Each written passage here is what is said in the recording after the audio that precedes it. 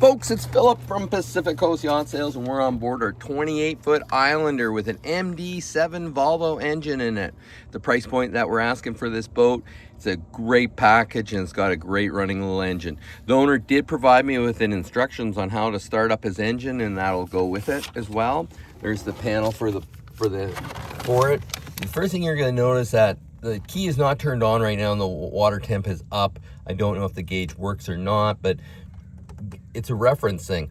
There's no electricity going to the gauge right now, and then when we turn the key, it won't move.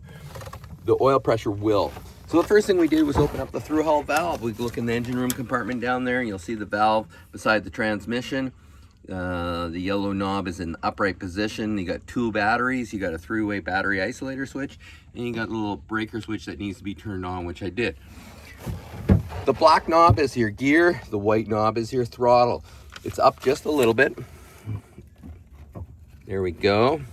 And then I'm going to go back to the engine room, the panel here, and I'm going to fire it up. I'm going to turn the key. You're going to see the little light come on for a second there. It's going to stay on because there's no oil pressure.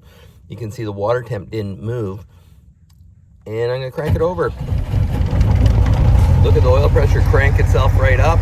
The water temp didn't change. I'm going to drop the throttle back just a bit.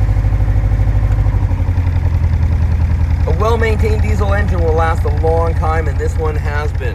It's in great running shape. Let's take a look out at the back of the water flow, make sure we have water flow. There you go, great water flow coming out of that engine. A little bit of exhaust that'll dissipate when the engine warms up finally. It's a dead cold start for you. It's an MD7 engine in this 28-foot Islander. Great little boat, great shape, realistically priced. We really appreciate you watching our videos. Call Christie 604-317-3847. I'm Philip. I'll be doing a sea trial if you so choose to buy the boat. We have an accepted offer with a deposit. Thanks again for watching. Back to the gauge just one last time. Great oil pressure. I don't know if the water temp gauge is moving. We'll find that out later on, but you can see the amps are fuel gauge. I don't think the fuel gauge works. Nice little boat. Thanks for watching.